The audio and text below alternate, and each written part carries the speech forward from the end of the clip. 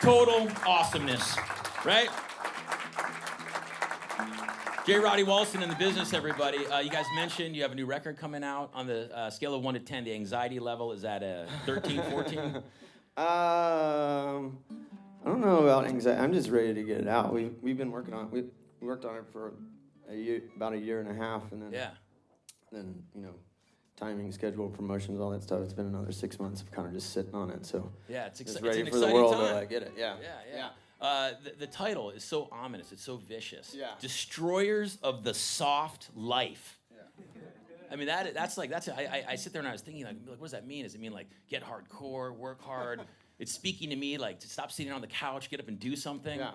What is, like, is that It's like a battle an cry? email virus. Is it? We've designed. No, I don't. I mean, it comes from a line in the song.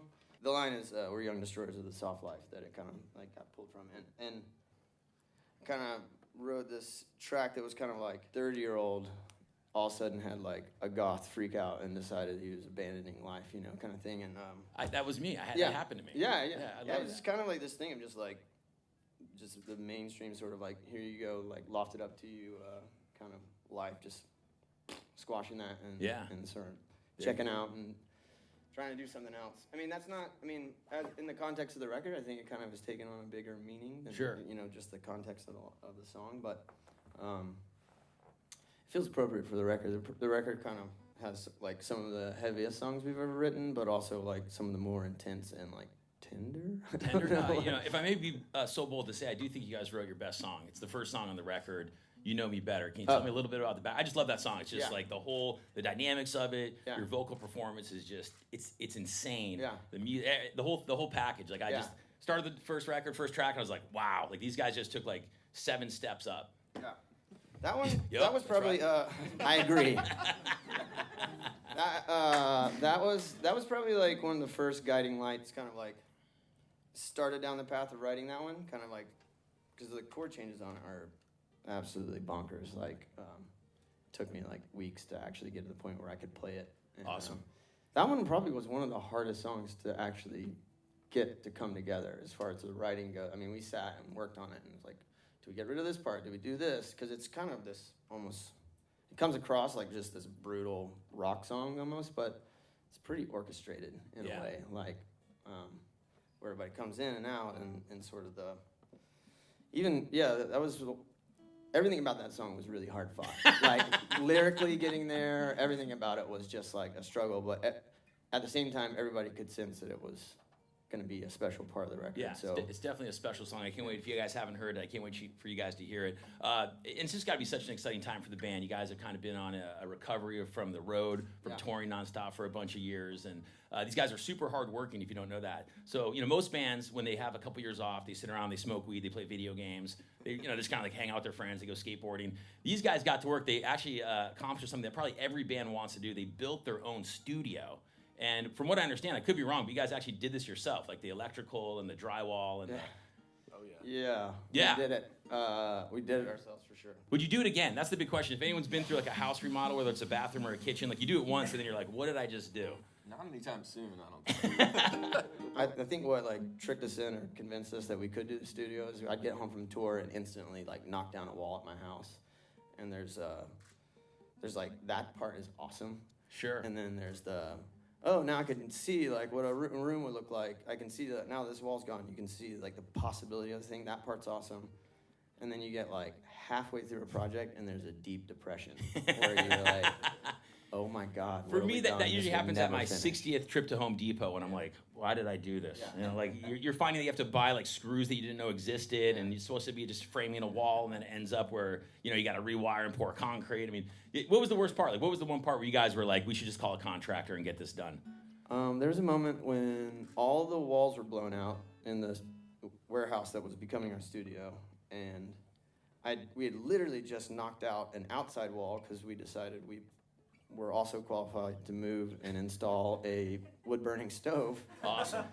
And it was the coldest winter on record in Richmond, Richmond, Virginia, and it was like, I think it was like -14 or something crazy like that. I can't remember what it was. And It was ridiculous. so I'm in the snow with a hole in the wall, And I start to hear the sound, and we had just finished like the drywall, and we put like the walls are all wood and all this stuff in the tracking room. I started hearing the sound. I was like, what is that? And I like literally stuck my head from in the snow outside of the building through a wall into the building, and our plumbing had exploded. The knob to turn off the water was down past this toilet in a hole that was like 3 feet deep, and this toilet was like the train spotting toilet, basically. We hadn't tackled the bathroom yet, and I had to literally stand on my head on the toilet as water was spraying in my face to get my hand down on the thing to turn off the water.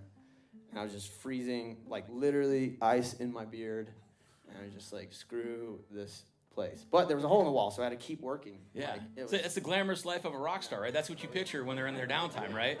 They're getting their construction hats on. And then lots of drugs and girls. Yeah, exactly. Yeah, Everywhere. all the time. But when you're building stuff, it's drugs for different reasons. Because like you pulled a muscle in your back, you know, from like carrying 2x4s. You're like, I never thought it would come to this. So you guys have your own space. How did that kind of change the dynamics of like writing songs and recording? I mean, that's like the band's dream. Yeah, it definitely affected the process. We had time, you know. I mean, there's a thing in the music industry called demoitis, which maybe people have heard of or they haven't. But basically, you write a song, you record it that first time. There's something magic about it. Everyone falls in love with it.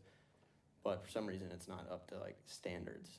So every other time you record it after that, you're just chasing that dragon. You know, you're just, like everyone's like, oh, it's just not as good as the demo. And like, anyway, so we had gone out of our way on Essential Tremors. We recorded literally the whole thing to our phones, like to try to make them sound crappy.